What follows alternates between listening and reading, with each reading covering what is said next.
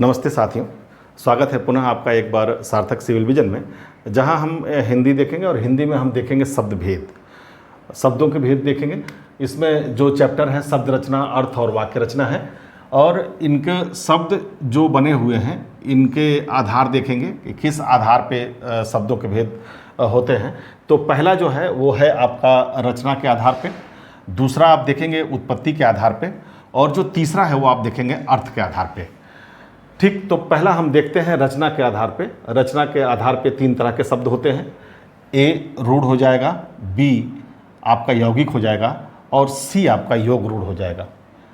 तो सबसे पहले हम देख लेते हैं कि रूढ़ शब्द हम किसे कहते हैं।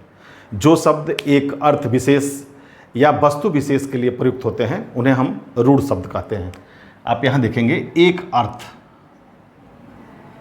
अर्थ या आबलिक एक वस्तु विशेष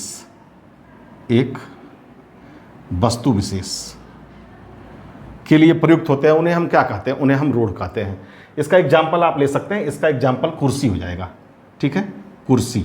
जैसे ही कुर्सी की बात की जाती है, हमारे दिमाग में, हमारे जहन में एक चीज़ आती है कि चार पैर वाला एक ऐसी चीज़ है जिस पे बैठा जाता है। ये हमारा जो शब्द होता है वो क्या हो जाता है? रूढ़ शब्द हो जाता है। सेकंड हम देखेंगे तो सेकंड क्या है? सेकंड हमारा यौगिक है। क्या है सेकंड? सेकंड हमारा हो जाएगा यौगिक। यौगिक की परिभाषा क्या हो जाएगी? जो शब्द दो या अधिक शब्दों के योग से बने हों उन्हें हम क्या कहते हैं? यौगिक कहते हैं। ये क्या होता है? दो या अधिक शब्दों के योग से बना होता है। दो या अधिक शब्दों के योग से ये बनता है, और इन्हें हम क्या कहते हैं? इन्हें ही हम यौगिक शब्द कहते हैं। उदाहरण के लिए आप देख सकते हैं, जैसे मान लीजिए हिमालय लिखा हुआ है, हिमालय। तो ये जो हिमालय बना हुआ है ये दो शब्दों के योग से बना है, जैसे हिम धन आलय। ठीक है, यहाँ पे दो शब्द हो गए, और इन दो शब्दों के योग से बना है, इसीलिए हम क्या कह देते हैं? इन्हें यौगिक कहते हैं। इसके और भी एग्जाम्पल्स देख सकते हैं हम। जैसे हिमालय आपने देखा, आप ऐसे ही आप प्रधानमंत्री देख सकते हैं। प्रधानमंत्री, इसका क्या हो जाएगा? आप स्वयं ही कर सकते हैं। प्रधान धन मंत्री, क्या हो गया? ये प्रधानमंत्री हो गया। तो जो शब्द दो या अधिक शब्दों के योग से बने होते हैं उन्हें हम क्या कह देते हैं? उन्हें हम कह देते हैं यौगिक। ठीक, ये हो गया हमारा। अब हमको देखना है योग रूढ़ शब्द। तीसरा देखना है।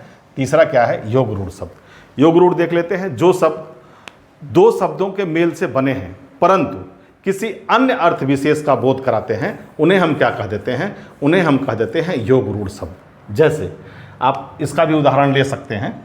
ये सबसे पहले तो ये जानिए कि दो शब्दों के योग से बना है, यानी कि दो शब्द तो यहाँ रहेगा ही रहेगा। ठीक है, दो शब्दों के योग से तो बना ही बना है, लेकिन इसमें एक स्पेशल क्या हो जाता है कि ये किसी अन्य अर्थ का बोध कराता है। क्या हो जाता है? अन्य अर्थ इससे निकलने लगता है। तो ये क्या हो जाता है?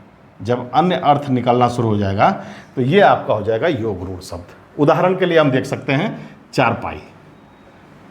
जैसे चारपाई में क्या होता है? चारपाई में, चारपाई कहते ही चार पैरों वाली जो लेटने की क्या नाम है चीज़ है, वो क्या हो जाती है? वो हो जाती है चारपाई।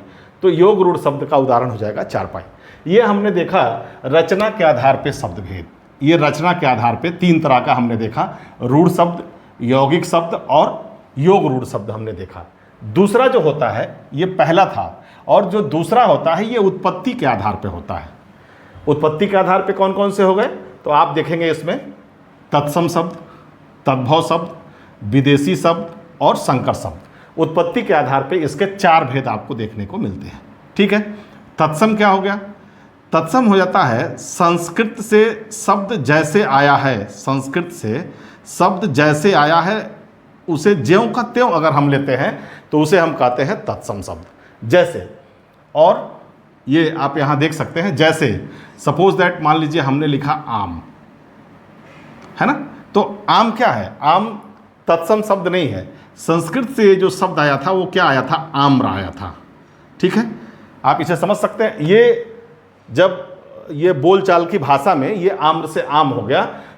ठीक है, तो ये जो जैसे आप मान लीजिए दूध, आप उदाहरण ले सकते हैं। दूध हम बोलते हैं लेकिन दुग्ध होता है। ये जो शुद्ध शब्द जो संस्कृत से आया है वो क्या हो जाता है? दुग्ध होता है। यानी संस्कृत से जो शब्द जैसे आए हैं सेम अगर उसी तरह हम लेते हैं तो उसे हम कह देते हैं तत्सम शब्द। ठीक है, और अब आते हैं तद्भव शब्द पे। इसका दूसरा देख लेते हैं। तद्भव शब्द क्या है? संस्कृत से आने के बाद जिसका रूप परिवर्तन हो जाता है। संस्कृत से आए शब्द का परिवर्तन हो जाएगा, और परिवर्तन होके इसका रूप जब दूसरा बदल जाता है आम बोलचाल की भाषा में, तो वो क्या हो जाता है? तद्भव हो जाता है। जैसे अभी हमने देखा, जैसे हम दुग्ध, ये शुद्ध शब्द आपका दुग्ध है, तत्समी शब्द ये है, लेकिन इसका तद्भव हमने क्या कर दिया? हमने कर दिया इसको दूध कर दिया। ठीक, इसी तरह से आम का हमने उदाहरण दिया तत्सम में, तो आप यहाँ भी देख सकते हैं।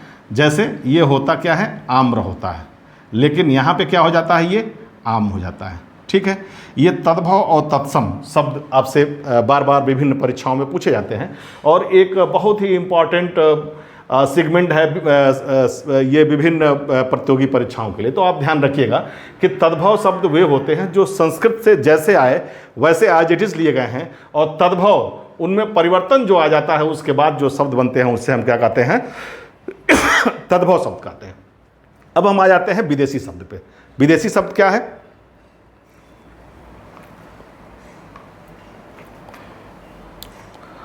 अब कुछ शब्द ऐसे होते हैं जो, यहां देखिए, कुछ शब्द ऐसे होते हैं जो हमको बाहर से आए शब्दों से मिले हैं और एज इट इज हम उसका प्रयोग करने लगे हैं, वो विदेशी हो जाते हैं। और संकर क्या हो जाते हैं? वे शब्द जो दो जगह के शब्दों के मिश्रण से एक नया शब्द बनता है, वो शब्द संकर हो जाता है।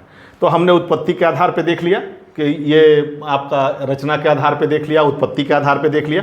तीसरा हम देखेंगे अर्थ के आधार पे।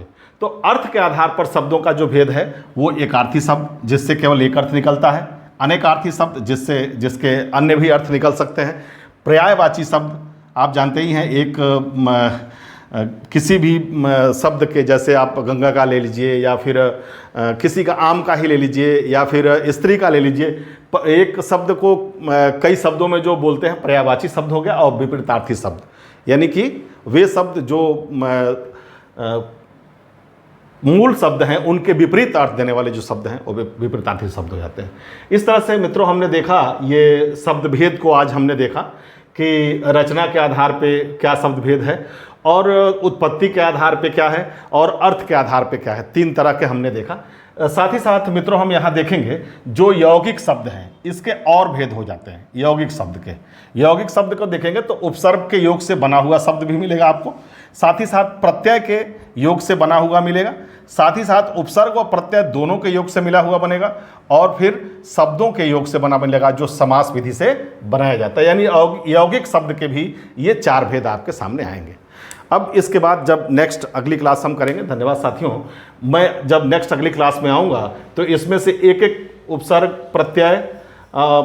प्रत्यय दोनों के योग से और समास विधि से, ये तो मैं लेके आऊँगा ही वीडियो। साथ ही साथ तद्भव, तत्सम, विदेशी और संकर शब्द, और फिर एकार्थी, अनेकार्थी और पर्यायवाची तथा विपरीतार्थी शब्द से संबंधित भी वीडियोज में लेके आऊँगा। अगर आपको मेरा प्रयास अच्छा लगता है तो चैनल को लाइक कीजिए, शेयर कीजिए, सब्सक्राइब कीजिए। बहुत बहुत धन्यवाद साथियों।